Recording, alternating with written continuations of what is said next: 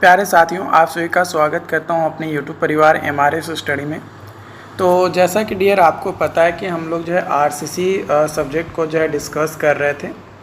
तो RCC subject जो कि हम लोग कंप्लीट डिस्कशन कर रहे थे सिविल बूस्टर का, और ये सभी एग्ज़ाम पॉइंट ऑफ व्यू से आपके लिए जो है इम्पॉर्टेंट है। तो यहाँ पे आरसीसी का आज का जो टॉपिक हमारा है उसमें कई सारे टॉपिक हैं, जिसमें सबसे पहले हम लोग स्टार्ट करेंगे codal provisions for beam and slab, है ना। बीम और स्लैब के लिए जो कोडल प्रोविजंस होता है उसको जो है सबसे पहले हम लोग यहाँ पे स्टार्ट करेंगे।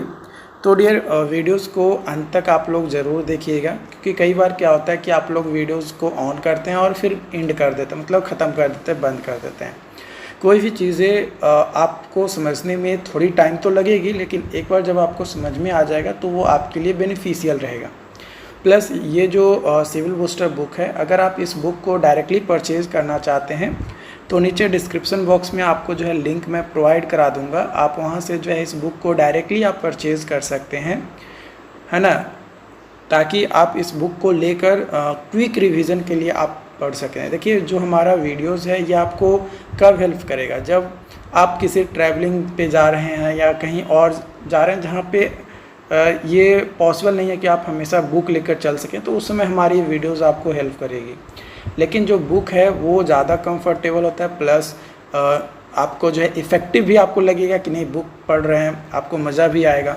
तो बुक पढ़ना बहुत ज़रूरी है डियर, क्योंकि कई बार लोगों को लगता है कि यार शॉर्ट नोट्स तो ले लेंगे ना, उसी को पढ़ लेंगे, लेकिन बुक ज़रूरी है। अगर आप इस बुक को नहीं पढ़ना चाहते हो कोई बात नहीं, लेकिन एक स्टैंडर्ड बुक ज़रूर पढ़ो, क्योंकि बुक पढ़ने से कई बार क्या होता है कि जो कॉन्सेप्ट्स आपको कोई इंस्टीट्यूट्स या कोई नोट्स में आपको नहीं मिलता है, तो वो चीज़ें जो है आपको बुक में मिलती है। अब कई सारे बुक्स हैं, तो आप किसी एक बुक को, या आपके पास पॉसिबल है तो आप 2-3 बुक को, लेकिन पहले एक बुक को पूरा ख़त्म कर दें, उसको 2 से 3 बार रिवीजन कर दें, देन आप अनदर ऑथर के बुक को जो है आप प्रीफर कर सकते हो। लेकिन मैं कहूँगा किसी एक ऑथर का बुक को अगर आप प्रीफर करते हो और उसी को आप 2 बार 3 बार 4 बार अगर आप पढ़ लेते हो, तो कोई भी कम्पिटिटिव एग्जामिनेशन हो आप आराम से उसे जो है कवर कर सकते हो। ओके, तो चलिए हम लोग स्टार्ट करते हैं।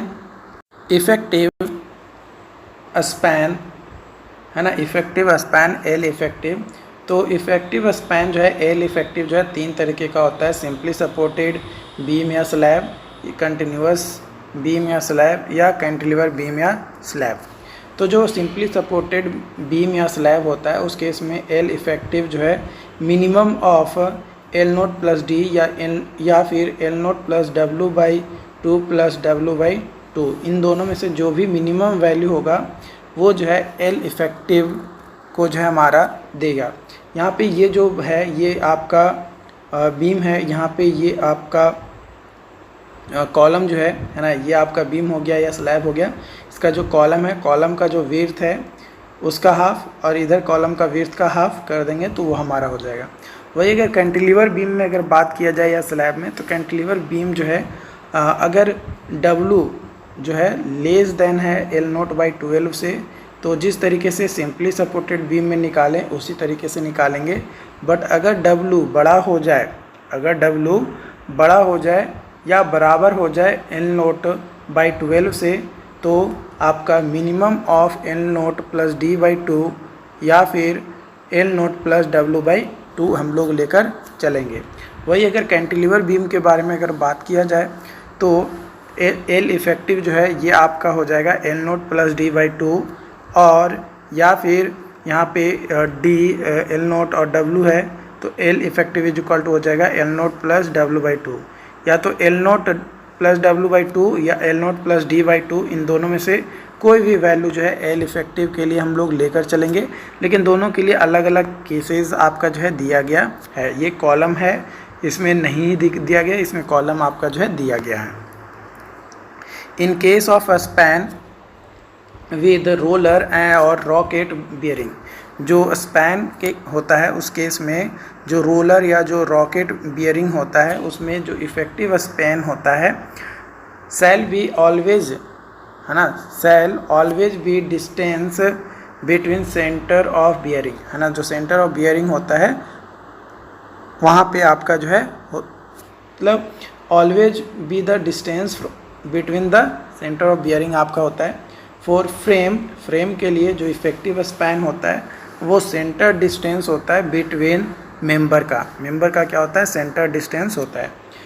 अगर बात किया जाए डिफ्लेक्शन को चेक करने का, तो एज पर IS कोड 456 की क्लाउज 23.2 में दिया गया है, या उसके अंतर्गत अगर बात करें तो जो स्टिपुलेट्स लिमिटिंग डिफ्लेक्शन होगा under 2 head are given below, इस तरीके से दिया गया है। पहला आपका है कि जो मैक्सिमम फाइनल डिफ्लेक्शन होगा should not be more then, है ना, वो ज़्यादा नहीं होना चाहिए। कितना से भाई ज़्यादा नहीं होना चाहिए, तो स्पैन बाई 250 से, है ना, स्पैन बाई 250 से ज़्यादा नहीं होना चाहिए। ड्यू टू ऑल लोड्स, है ना, due to all loads including effect of temperature, creep, shrinkage और measured from the cast level of the supports of floor, roof या all other जितने भी हॉरिजॉन्टल मेंबर्स हैं उसको भी जो हम लोग इंक्लूड करते हुए चलेंगे। जो मैक्सिमम डिफ्लेक्शन है should not be more then lesser the value of lesser the span by 350 और 20 mm including effect of temperature, creep, shrinkage occurring after erections of participations and applications of finishes। यहाँ पे बोला जा रहा है कि not more than, ज़्यादा नहीं होना चाहिए आपका स्पैन बाय 350 या फिर 20 mm, इन दोनों में से जो भी छोटा वैल्यू होगा उससे ज़्यादा जो है वैल्यू नहीं होना चाहिए किसका, मैक्सिमम डिफ्लेक्शन का।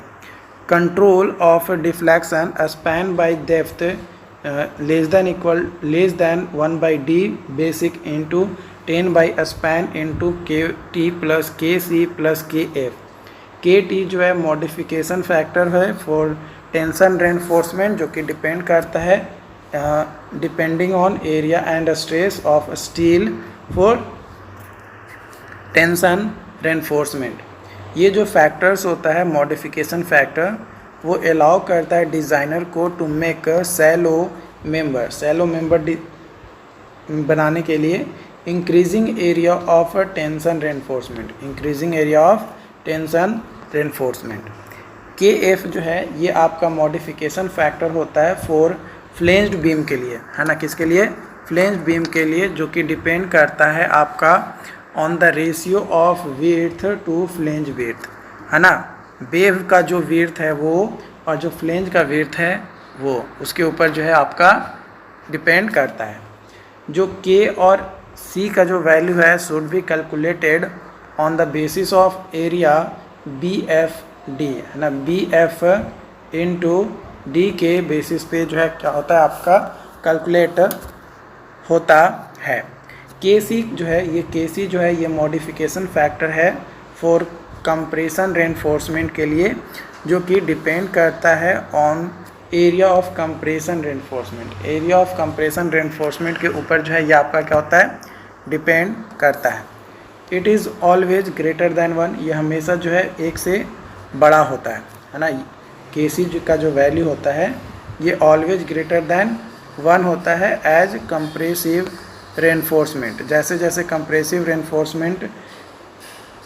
कंप्रेशन रेनफोर्समेंट होता है, reduces shrinkage and increases the stiffness of beam, है ना। ये क्या करता है कि जो आपका यहाँ पे श्रिंकेज होता है उसको रिड्यूस करता है, जैसे जैसे जो स्टिफनेस होता है वो हमारा बीम का इंक्रीज़ करता है वैसे वैसे। यहाँ पे अगर हम लोग बात करें स्पैन अगर छोटा है 10 mm से या 10 मीटर से छोटा या बराबर है, तो L/D जो बेसिक होगा, है ना, L/D जो बेसिक होगा उसका वैल्यू जो है कैंटिलीवर बीम के लिए 7, सिंपली सपोर्टेड बीम के लिए 20 और कंटिन्यूस बीम के लिए 26 लेकर चलते हैं। Types of slab and types of reinforcement. Simply supported beam के लिए जो माइल्ड स्टील है उसमें 35 और FE 415 के लिए 28 = 28 होगा, जो कि 35 × 0.8 लेकर चलेंगे। कंटिन्यूस में आपका जो है 40 माइल्ड स्टील के लिए और 40 × 0.8 यानी 32 हमारा जो है FE 415 के लिए। जहाँ पे 10 बाई स्पैन फैक्टर जो है क्या होगा आपका नेगलेक्ट हम लोग जो है करके चलेंगे। और अगर स्पैन का जो वैल्यू है वो ग्रेटर दैन 10 मीटर है तो जो 10 बाई स्पैन है, 10 बाई जो स्पैन है वो जो फैक्टर है वो आपका मल्टीप्लाइड होगा, है ना, मल्टीप्लाइड होगा। But if cantilever beam greater than 10 metre, लेकिन अगर कैंटिलीवर बीम है और 10 मीटर से ज़्यादा है तो उस कंडीशन में आपका जो एक्चुअल डिफ्लेक्शन होगा कैलकुलेट किया जाएगा वो वही हो जाएगा। जो एक्चुअल डिफ्लेक्शन कैलकुलेट हुआ था वो यही होगा, उसमें कोई भी फैक्टर को मल्टीप्लाई करने की ज़रूरत नहीं पड़ेगा। Slenderness limits to ensure lateral stability according to IS code 456/2000 के क्लाउज 23.3 के अनुसार आपका जो सिंपली सपोर्टेड बीम या कंटिन्यूस बीम है उस केस में हमारा जो L1 है ना, ये L1 है आपका। तो ये जो L1 है ये नॉट ग्रेटर दैन 60 B या फिर नॉट ग्रेटर दैन 250 B²/D, इनमें से जो भी छोटा होगा उसे ही जो हम लोग वैल्यू लेकर चलेंगे L1 का। फॉर कैंटिलीवर बीम के लिए अगर बात किया जाए तो कैंटिलीवर बीम के लिए आपका जो L का जो वैल्यू होगा वो आपका हो जाएगा नॉट ग्रेटर दैन 25 B या फिर नॉट ग्रेटर दैन 100 B²/D, इनमें से जो भी छोटा होगा उसी को जो हम लोग लेकर चलेंगे। स्टील रेनफोर्समेंट के बारे में बात किया जाए तो टेंशन रेनफोर्समेंट में आपका ASD minimum by BD is equal to 0.85/F and ASD maximum is equal to 0.04 BD। ये डायरेक्टली जो है आपका क्या होता है कि फॉर्मूला बेस्ड आपका जो है कई बार एग्जाम्स में क्वेश्चन डायरेक्टली जो है क्वेश्चन पूछ देता है कि ASD मिनिमम कितना होगा। तो ASD मिनिमम हो जाएगा 0.85 इंटू BD/F और ASD मैक्सिमम कब होगा जब 0.04 BD आपका होगा तब। Okay, side face reinforcement as per IS 2000 है ना, IS कोड 456/2000 के अनुसार जो साइड रेनफोर्समेंट प्रोवाइड किया जाता है वो 0.1% होता है ऑफ वेव एरिया के, जो कि इक्वली डिस्ट्रीब्यूट किया जाता है ऑन बोथ फेस, दोनों फेस पे इक्वली जो है डिस्ट्रीब्यूट किया जाता है। जो मैक्सिमम स्पेसिंग होता है साइड फेस का रेनफोर्समेंट का वो 300 mm होता है और जो विड्थ होता है बीम का विच एवर लेस, है ना, जो भी लेस होता है से लेकर चलते हैं। साइड ऑफ फेस रेनफोर्समेंट जो होता है वो प्रोवाइड किया जाता है वेन का प्रोवाइड किया जाता है जो डेप्थ ऑफ बीम होता है वो मोर दैन 750 mm होता है when beam is not subjected to torsion, जब बीम जो है सब्जेक्ट को टॉर्स नहीं किया जाता है तब। और दूसरा जो डेप्थ ऑफ बीम होता है वो मोर देन नहीं होना चाहिए 450 mm से, जब बीम जो है आपका टॉर्सन होता है तब, है ना, मैंने टॉर्सन नहीं है तो 750 mm से ज़्यादा, है ना, मोर देन 750 mm, और अगर आपका जो है सब्जेक्टेड है टॉर्सन तो 450 mm, more than 450 mm depth जो हम लोग लेकर चलते हैं। जो एक्सटेंट होता है रेनफोर्समेंट का वो पॉजिटिव मूवमेंट टेंशन रेनफोर्समेंट और नेगेटिव मूवमेंट टेंशन रेनफोर्समेंट आपका होता है। जो पॉजिटिव मूवमेंट टेंशन रेनफोर्समेंट होता है सिंपली सपोर्टेड बीम, कंटिन्यूअस और कैंटिलीवर। जो सिंपली सपोर्टेड होता है उसमें एटलीस्ट 1/3 होता है और कंटिन्यूअस में 1/4 होता है। Okay, along the same face into the support to a length of L/3। लेकिन भाई निगेटिव टेंशन रेनफोर्समेंट बात किया जाए तो at least 1/3 of total reinforcement provided किया जाता है at the support shall extend beyond the point of inflection for distance of no less than D और 12 या फिर 1/16 of clear span whichever is greater, जो भी बड़ा होगा उसको लेकर चलेंगे।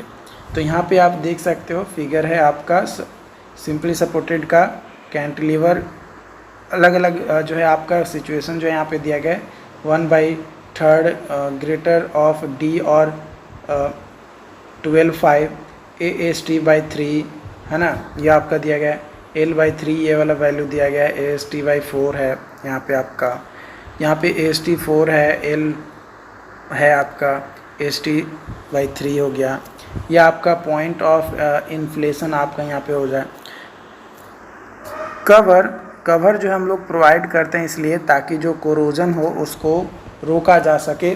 तो environmental condition, minimum grade of concentration concrete, nominal cover बात किया जाए, माइल्ड के लिए M20 mm, मॉडरेट के लिए M25 30 mm, सीवर के लिए M30 45 mm, वेरी सीवर के लिए M35 50 mm और एक्सट्रीम M40 के लिए M40 लेकर चलते हैं 75 mm। कितना होता है? 75 mm। Arrangement of load in continuous beam में जो है अरेंजमेंट हम लोग जो है करते हैं। तो इसमें पहला है आपका फॉर मैक्सिमम स्पैन मोमेंट, जो डेड लोड होता है on all span but live load on alternative span. दूसरा फॉर मैक्सिमम मोमेंट के लिए जो डेड लोड है on all span but live load on two adjacent span. Live load जो है टू एडजेसेंट स्पैन आपका होता है। यहाँ पे आपका जो है types of load at support next to the end support and at all other interior support आपका होता है। तो dead load and impose load जो कि फिक्स्ड होता है एट सपोर्ट पे 0.4, at support next to the end support outer side जो है 0.6 होता है, इनर साइड जो है 0.55 होता है, ऑल अदर इनर सपोर्ट्स 0.5 होता है। इम्पोज लोड यानी नॉट फिक्स्ड होता है तो एट सपोर्ट पे 0.45 होता है, at support next to the end support 0.6 होता है आउटर साइड में, और इनर साइड में 0.6 होता है। ऑल अदर इंटीरियर सपोर्ट्स 0.6 आपका जो है होता है। Shear coefficient, types of load, span moments and support moment. देखो अगर बात किया जाए dead load and impose load जो कि फिक्स है, तो स्पैन मोमेंट जो होगा नियर मिडिल ऑफ एंड वो प्लस 1/12 और at middle of interior span plus 1/16।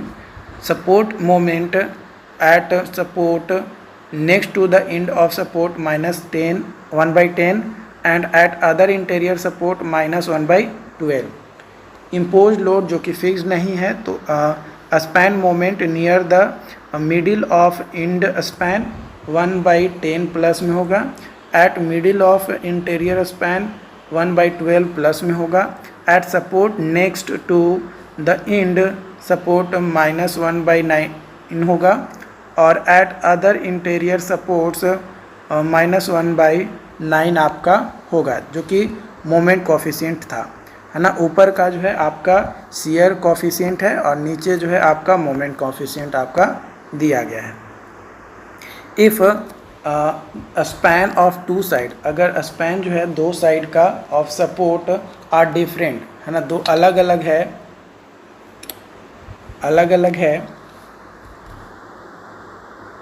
To sides of support are different और the loading are different, then support moment will be calculated. Support moment जो है calculate किया जाएगा from both side and average will be taken, है ना, दोनों sides करेंगे और उसका एवरेज लेकर चलेंगे।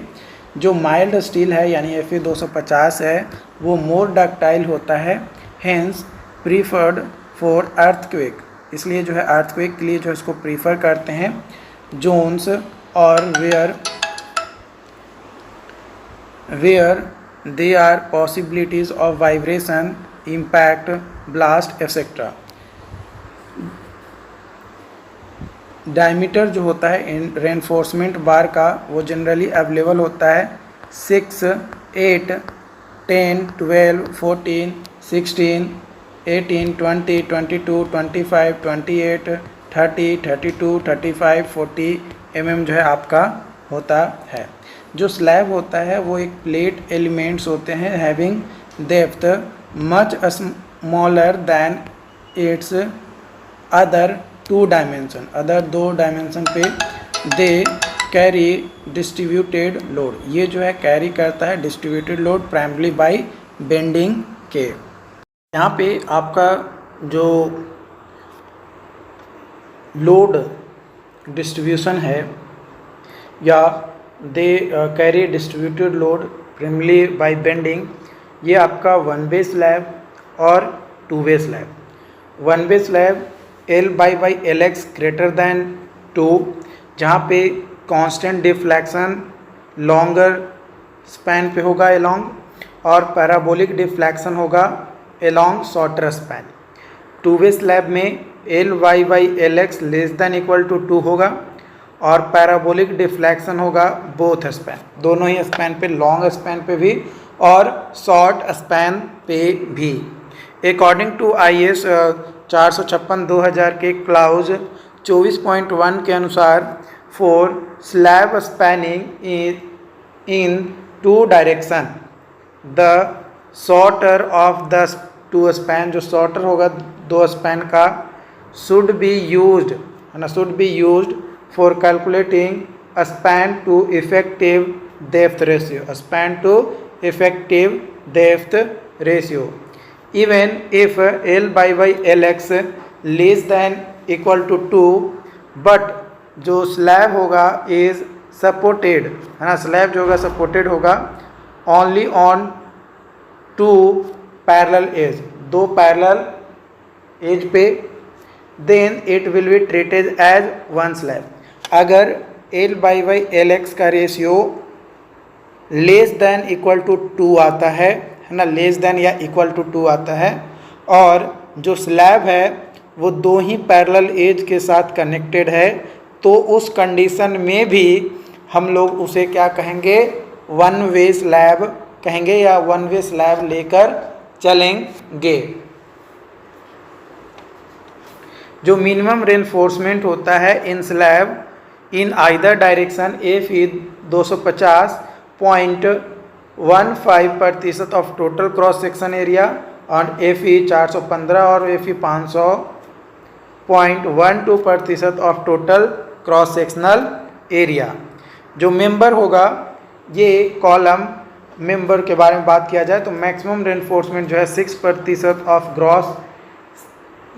ग्रॉस क्रॉस सेक्शन एरिया, और मिनिमम रेनफोर्समेंट जो है 0.8 of the gross cross section area. Slab का अगर मिनिमम रेनफोर्समेंट बात किया जाए तो 0.15% for mild steel and 0.12% for HYSD war. Beam के लिए अगर बात किया जाए तो 4% for cross section area for each compression and tension है ना, ईच कंप्रेशन एंड टेंशन ये मैक्सिमम रेनफोर्समेंट होगा। और मिनिमम रेनफोर्समेंट बीम का बात किया जाए तो AST minimum by BD is equal to 0.85 by F by. Hanger bar in beams 0.2% of cross section area of beam. Side face reinforcement beam के लिए अगर बात किया जाए तो मैक्सिमम आपका हो जाएगा 0.1% of wave area. Shear reinforcement maximum बात किया जाए तो 0.87 F बाई ASB इन होगा, और D by SB greater than equal to 0.4 BD, ये आपका जो है हो जाएगा।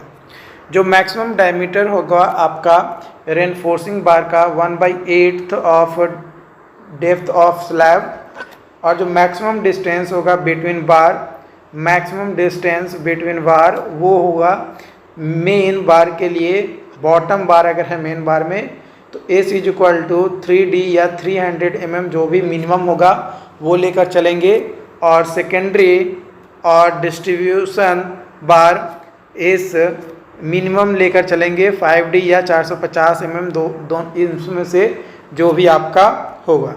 Design of one way slab जो डायमेंशन दिया जाता है किसी भी रूम का तो वो दिया जाता है LX या LY के फॉर्म में, या LY एंड LX के फॉर्म में आपका जो है दिया जाता है। जो सुपर इम्पोज्ड या डेड लोड होता है, FY लोड होता है, FY है, FCK है, ये सब अगर हमें डायमेंशन दिया हुआ है, डाटा दिया हुआ है, तो उस कंडीशन में डिज़ाइन करने के लिए हमें जो है सबसे पहले D यानी डिफ्लेक्शन को जो है D फ्रॉम डिफ्लेक्शन क्राइटेरिया हम लोगों को जो है कंसीडर करना होगा कि भाई D कितना जो है हम लोग प्रोवाइड करेंगे। ओके, उसके बाद दूसरा कि जो क्लियर कवर है वो 20 mm और जो डायमीटर है मेन बार का वो 10 mm आपका होगा टू गेट, है ना, गेट करेंगे। और तीसरा L effective X and L effective Y from end condition, check for one way slab, check for one way slab और two way slab, it is one way slab. जब check करेंगे कि one way slab है कि to way slab है, तो मान लो कि मिल गया कि वन वे स्लैब है, अच्छी बात है। टू वे स्लैब मिलेगा तो भी अच्छी बात है, हम लोगों को उसके अनुसार बनाना पड़ेगा।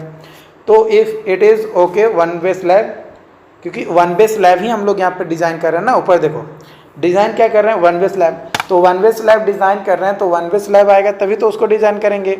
अगर टू वे स्लैब आएगा और वन वे स्लैब डिज़ाइन कर रहे हैं तो वो तो गलत हो जाएगा, फिर तो उसको फिर आपसे डिज़ाइन क्राइटेरिया जो है चेंज करना पड़ेगा। उसके बाद आपको factored bending moment MU is equal to 1.5 into WL effective square by 8, जहाँ पे W जो है dead load plus super impose load per metre width आपका होगा। जो D रिक्वायर्ड होगा उसको चेक करेंगे, MU less than equal to 0.36 FCK XU limit B into D minus 0.42 XU limit, जहाँ पे B जो है 1000 mm आपका होगा। इफ़ D रिक्वायर्ड, अगर D रिक्वायर्ड है छोटा D प्रोवाइडेड से, D रिक्वायर्ड जो है D प्रोवाइडेड से छोटा है, adjust value of D provided का वैल्यू को जो है एडजस्ट करेंगे इन सच अ वे, इस तरीके से कि जो स्लैब है वो रिमेन्स अंडर रेनफोर्स्ड रहे, है ना। इस तरीके से करेंगे कि जो स्लैब है वो हमारा अंडर रेनफोर्स्ड रहे। Get AST from MU 0.87 F by AST D provided minus 0.42 XU, तो यहाँ पे XU जो है वो आपका 0.87 F by AST divided by 0.36 FCK 1000 आपका जो है हो जाएगा। Check for AST minimum, AST अगर बड़ा है AST मिनिमम से, spacing between bar 1000 by AST pi by 4 phi square, ये जो है हम लोग इससे जो है निकालेंगे। गेट नंबर ऑफ वार्ड्स नीडेड, कितना नंबर ऑफ वार्ड्स की ज़रूरत है वो। उसके बाद हम लोग जो है प्रोवाइड करेंगे डिस्ट्रीब्यूशन वार को जो कि सिमिलर होगा, और इसका भी स्पेसिंग जो है, जो स्पेसिंग क्राइटेरिया है ना, 5D या फिर आपका जो है 450 mm, जो भी छोटा होगा उसको लेकर चलेंगे डिस्ट्रीब्यूशन, मतलब सेकेंडरी। उसके बाद डेवलपमेंट लेंथ को जो है चेक करेंगे, डिज़ाइन करेंगे शियर को, और लास्टली जो है हम लोग एक फाइनल डायग्राम जो है ड्रॉ करेंगे, ये दिखाते हुए कि क्रॉस सेक्शन ऑफ स्लैब क्या है और डिटेल ऑफ बार स्पेसिंग वगैरह क्या है वो। तो इस तरीके से जो है वन वे स्लैब जो हमारा क्या हो जाता है, डिज़ाइन कंप्लीट हो जाता है। उसी तरीके से design of to way slab अगर बात किया जाए तो types of to way slab और मेथड ऑफ एनालिसिस, पहला है कि स्लैब सिंपली सपोर्टेड है, 1 the 4 edges with corner not held down and carrying UDL, Grashof-Rankine method। दूसरा slab with edges fixed or continuous and carrying UDL, IS code method। और आपका जो है slab simply supported on 4 edges with corner held down. तो ये जो है आपका होता है पिग्योड मेथड, मार्कस मेथड और आईएस मेथड से इसको जो है कैलकुलेट करते हैं।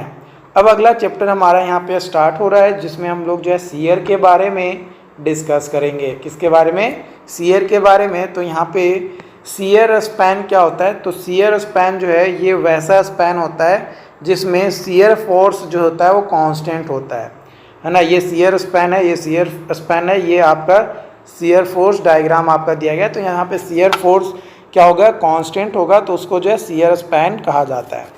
पॉइंट ऑफ कंट्रा फ्लेक्सर जो है वह पॉइंट होता है जहाँ पे बेंडिंग मोमेंट का जो साइन होता है वो चेंज होता है। तो जो टाइप्स है आपका कंट्रा फ्लेक्सर का, तो वो आपका जो है सबसे पहला है फ्लेक्सर, जो कि shear associated with change in bending moment along the span. दूसरा torsion, shear associated with member subjected to torsion. और punching, shear associated with possibility of punching a thin member of concentrated load, ये आपका होता है। जो flat slab होता है is a beam less floor slab supported correctly by column, है ना। करेक्टली बाई कॉलम आपका जो सपोर्ट होता है। जो मोड होता है फेल्यूर का ड्यू टू शियर, वो होता है आपका mode of failure due to shear. पहला होता है डायगोनल टेंशन फेल्यूर, दूसरा होता है डायगोनल कंप्रेशन फेल्यूर और तीसरा होता है फ्लेक्सुरल शियर फेल्यूर। तो यहाँ पे डायगोनल टेंशन फेल्यूर जो है ये लार्ज शियर फोर्स और लेस बेंडिंग मोमेंट होता है। जो डायगोनल कंप्रेशन फेल्यूर होता है उसमें आपका जो है क्रशिंग ऑफ कंक्रीट जो होता है when beam are heavily reinforced against shear होता है तब होता है। और फ्लेक्सुरल शियर फेल्यूर होता है कब? जब लेस शियर फोर्स और लार्ज बेंडिंग मोमेंट आपको जो है देखने को मिले तब। यहाँ पे आप फिगर भी जो है यहाँ पे आप देख सकते हो। शियर स्ट्रेस डिस्ट्रीब्यूशन, ये आपका एक मान लो कि बीम हो गया, ये आपका न्यूट्रल एक्सिस हो गया, तो ये इलास्टिक स्टेज है। तो यहाँ पे टॉप से न्यूट्रल एक्सिस तक ये पैराबोला जाएगा, ये आपका जो है स्ट्रेट यहाँ पे आएगा। ये अल्टीमेट स्टेज का डायग्राम है और ये इलास्टिक स्टेज का है। जो नॉमिनल शियर स्ट्रेंथ होता है tau u is equal to v u by B d. यहाँ पे जो शियर एनफोर्समेंट है वो प्रोवाइड करेंगे in the form of vertical stirrup, inclined stirrups और bent up bar with vertical stirrups. Vertical stirrups बात किया जाए तो these are based for load reversal case. Load reversal case के लिए ये बहुत अच्छा होता है। यहाँ पे आप देख सकते हो ये वर्टिकल स्टीरअप है, ये वाला है ना ये, और यहाँ पे आपका क्रैक आपका देखने को मिल रहा है। तो यहाँ पे ये 2 लेग्ड क्लोज्ड स्टीरअप होता है, 2 लेग्ड ओपन स्टीरअप्स होते हैं और 4 लेग्ड क्लोज्ड स्टीरअप्स आपका होता है। तो जो वर्टिकल स्टीरअप्स हैं ये आपका जो है मोस्ट इफेक्टिव होता है आपका enhancing shear resistance of beam. Beam में जो शियर रेजिस्टेंस होता है उसको इन्हांस करने के लिए। और दूसरा क्लोज्ड स्टीरअप्स आर बेटर, जो क्लोज्ड स्टीरअप्स होता है वो बेटर होता है because it resist torsion, torsion को रजिस्ट करता है and also helps in confining the compression reinforcement in doubly reinforced section. किसमें? डबली रेनफोर्स सेक्शन में। एंड ऑल्सो रिड्यूज, साथ ही साथ ये रिड्यूस करता है जो चांसेस होता है बकलिंग का ऑफ कंप्रेशन रेनफोर्समेंट, उसको भी जो है रिड्यूस करने का काम करता है। इंक्लाइंड स्टीरअप्स के बारे में बात किया जाए तो ये इनइफेक्टिव होता है लोड रिवर्सल में। किसमें? इनइफेक्टिव, मतलब उतना इफेक्टिव जो है आपका नहीं होता है। इंक्लाइंड स्टीरअप आप यहाँ पे जो है फिगर देख सकते हो, इस तरीके से जो है इंक्लाइंड है, ये आपका क्रैकिंग है। तो ये आपका जो है स्पेसिंग ऑफ स्टीरअप्स है ना। यहाँ पे अल्फ़ा जो है एंगल जो है इंक्लिनेशन है आपका स्टीरअप का, या इंक्लिनेशन ऑफ स्टीरअप है। थीटा जो है angle of propagation of cracking, ये किस तरीके से कितने एंगल पे जो है क्रैकिंग हो रहा है वो एंगल को जो है रिप्रेजेंट करता है। जो आपका इंक्लाइंड स्टीरअप्स होते हैं ये मोस्ट इफेक्टिव होता है आपका reducing width of inclined crack. जो इंक्लाइंड क्रैक होता है उसका जो वेट्स होता है ना उसको कम करने के लिए यूज किया जाता है। It can be provided in member, ये मेंबर में प्रोवाइड किया जाता है। Having axial tension resulting, axial tension resulting होता है in full depth of inclined crack, full depth of inclined crack. तो यहाँ पे नोट पॉइंट आपको याद रखना है कि अल्फ़ा जो होता है वो नॉट लेस देन आपका 45 डिग्री होना चाहिए, बिकॉज ऑफ फॉर अल्फ़ा जो है less than 45 degree there is possibility of inclined stirrup, वहाँ पे पॉसिबिलिटी जो होती है इंक्लाइंड स्टीरअप्स की slipping along the longitudinal bar, longitudinal bar के लॉन्ग जो है जो इंक्लाइंड स्टेप होता है उसका स्लिपिंग होने की जो पॉसिबिलिटीज़ होती है वो आपका बढ़ जाता है। इसलिए जो है आपका अल्फ़ा का वैल्यू जो है नॉट लेस देन 45 डिग्री होना चाहिए। बेंट अप बार, बेंट अप बार जो है ये आप देख सकते हो, ये बेंट अप बार है। यहाँ पे आपका जो है ये नॉट ग्रेटर देन √2 ZD या नॉट ग्रेटर देन √2D। जो बेंट अप बार्स होता है आर मेनली टेंसाइल रेनफोर्समेंट होते हैं जो कि बेंड होते हैं एट एप्रोप्रिएट लोकेशन पे, और ये ऑलवेज एक कम्बिनेशन होता है वर्टिकल स्टीरअप्स का के साथ, है ना, एक कम्बिनेशन होता है। They do not enhance the dowel action, dowel action को ये इन्हेंस नहीं करता है। When bent up bars are provided, जब वेंट अप वार्स जो प्रोवाइड किया जाता है देयर शियर रेजिस्टेंस, है ना, their shear resistance should not be more than 50% of total shear to be registered through shear reinforcement. जो टाउ सी मैक्सिमम होगा वो लगभग होगा 0.63 √FC के। टाउ सी मैक्स जो है ग्रेटर देन टाउ होता है। टाउ सी जो है डिपेंड करता है कैरेक्टरिस्टिक स्ट्रेंथ और यानी FC के और AST के ऊपर, यानी रेनफोर्समेंट का कितना जो है एरिया है टेंसाइल रेनफोर्समेंट का, उसके जो मैक्सिमम शियर स्ट्रेस होगा with shear reinforcement tau C max वो आपका M15 के लिए LSM के केस में अगर बात किया जाए तो 2.5, 20 के लिए M20 के लिए LSM में आपका जो है मैक्सिमम शियर स्ट्रेस होगा 2.8, और आपका M25 के लिए टाउ सी मैक्स हो जाएगा 3.1, और M30 के लिए 3.5 टाउ सी मैक्स, और M35 के लिए 3.7 टाउ सी मैक्स हो जाएगा, और M40 और एवं के लिए टाउ सी मैक्स जो है 4 हो जाएगा। WSM की ज़रूरत नहीं है आपको उतना याद करने की या समझने की। फॉर LSM जो टाउ सी मैक्स होगा वो लगभग वैल्यू देगा आपका 0.63 √FC के, जहाँ पे आपका tau C max not great less than tau, है ना, टाउ से कम नहीं होना चाहिए। टाउ सी मैक्स जो है डिपेंड करता है ओनली कंक्रीट यानी FCK के ऊपर। जो क्रिटिकल सेक्शन है शियर का वो आप यहाँ पे देख सकते हैं कि क्रिटिकल सेक्शन क्या है। या आप फिगर देख पा रहे होंगे, यहाँ पे इस तरीके से क्रैक आ रहा है, डायगोनल क्रैक है। यह आपका D है, ये XX सेक्शन में काटा गया है, ये भी XX सेक्शन में D, और यहाँ पे क्रैकिंग आपका आ रहा है, ये D हो गया, XX सेक्शन में काटा गया है। ये RCC कॉलम है, ये वाल आपका दिया गया है। अगर क्रिटिकल सेक्शन XX है एट D पे, है ना, किस पे, D पे है, from the face of support, support के फेस से, तो यहाँ पे XX है आपका, और ये सपोर्ट के फेस से है, ये RCC कॉलम है, ये ब्रैकेट है। तो यहाँ पे हेड लोड, हैवी लोड अगर लगेगा 2D पे तो यहाँ पे XX सेक्शन आया है। फिर दूसरा है आपका कि क्रिटिकल सेक्शन XX है at face of support, face of support पे। कैसे डिज़ाइन करेंगे फोर्स शियर, तो सबसे पहले जो है फैक्टर्ड शियर फोर्स लेंगे VU इज इक्वल टू हो जाएगा आपका 1.5V, या फिर VU इज इक्वल टू हो जाएगा 1.5 WL/2। ये आपका जो है बीम है आपका, यहाँ पे जो है आपका लेकर चल रहे हैं, ये L है, ये W है, यूनिफॉर्मली आपका लग रहा है।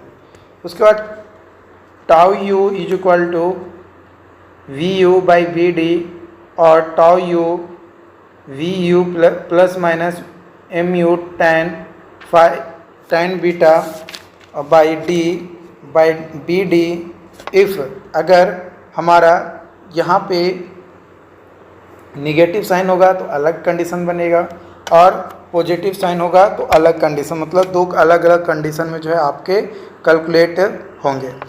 Gate tau C maximum from code से या फिर टाउ सी मैक्सिमम लेकर चलेंगे 0.83 FC के, दोनों में से किसी एक के थ्रू लेकर चलेंगे। टाउ सी मैक्स अगर आपका छोटा है टाउ से तो रीडिज़ाइन करेंगे सेक्शन को और बी और डी का वैल्यू जो है उसको चेंज करेंगे। लेकिन टाउ सी मैक्स अगर छोटा हो जाए टाउ से तो टाउ सी जो है फ्रॉम IS कोड जो कि डिपेंड करता है हमारा FC के और AST के ऊपर, और अगर हमारा टाउ सी और टाउ यू या tau U minus tau C less than 0.4 newton per mm square है तो जो रेनफोर्समेंट है वो प्रोवाइड करेंगे फॉर मिनिमम शियर के लिए dy SV into 0.87 F by ASV is equal to 0.4 BD, कितना 0.4 BD। गेट SV जो है यानी स्पेसिंग जो है रेनफोर्समेंट का स्पेसिंग क्या ये डी है, ये आपका 90 डिग्री पे है। तो ASB यानी total cross sectional area of स्टीरअप्स leg effective in shear DYSV ये जो नंबर ऑफ स्टीरअप्स होगा till critical section for shear till distance D from face of support, जहाँ पे ASB जो है ये आपका स्पेसिंग होगा बिटवीन स्टीरअप्स के। F बाई जो है एल्ड स्ट्रेंथ होगा ऑफ स्टीरअप्स जो कि सब्जेक्टेड होगा to maximum of 415 newton per mm square. अगर tau U minus tau C greater than 0.4 newton per mm square हो तो उस कंडीशन में जो SV है वो आपका DYSV into 0.87 F by SV is equal to tau U minus tau C BD आपका जो है हो जाएगा। Check for maximum spacing of stirrups as per code maximum SV अगर बात किया जाए तो minimum of the value 0.75D जो कि वर्टिकल स्टीरअप और D जो है इंक्लाइंड स्टीरअप SB या 300 mm, तो इनमें से जो भी मिनिमम वैल्यू होगा वो मैक्सिमम स्पेसिंग जो है हमारा होगा। फॉर इंक्लाइंड स्टीरअप्स के लिए और अ सीरीज ऑफ वेंटअप बार के लिए हम लोग जो है DYSV point into 0.87 F by sine alpha plus cos alpha ASV is equal to tau U minus tau C BD। यहाँ पे अल्फ़ा जो है ये एंगल ऑफ इंक्लिनेशन है आपका ऑफ स्टीरअप्स विद हॉरिजॉन्टल, किसके साथ? हॉरिजॉन्टल के साथ। जो मिनिमम शियर रेनफोर्समेंट है इट इज़ प्रोवाइडेड, ये प्रोवाइड किया जाता है to prevent bursting of concrete cover. दूसरा to avoid brittle shear failure. तीसरा to prevent tension failure due to shrinkage, thermal stress और इंटरनल क्रैक। चौथा to make section effective with tie effect के साथ। और पांचवा to hold reinforcement in place while concreting, जब concreting करते हैं तब। आई होप कि आज का सेशन आपको जो है समझ में आया हो। अगर आज के सेशन में आपको किसी तरीके का कोई डाउट्स रहता है, कोई भी कन्फ्यूजन रहता है तो आप हमें ज़रूर बताएं। Thank you.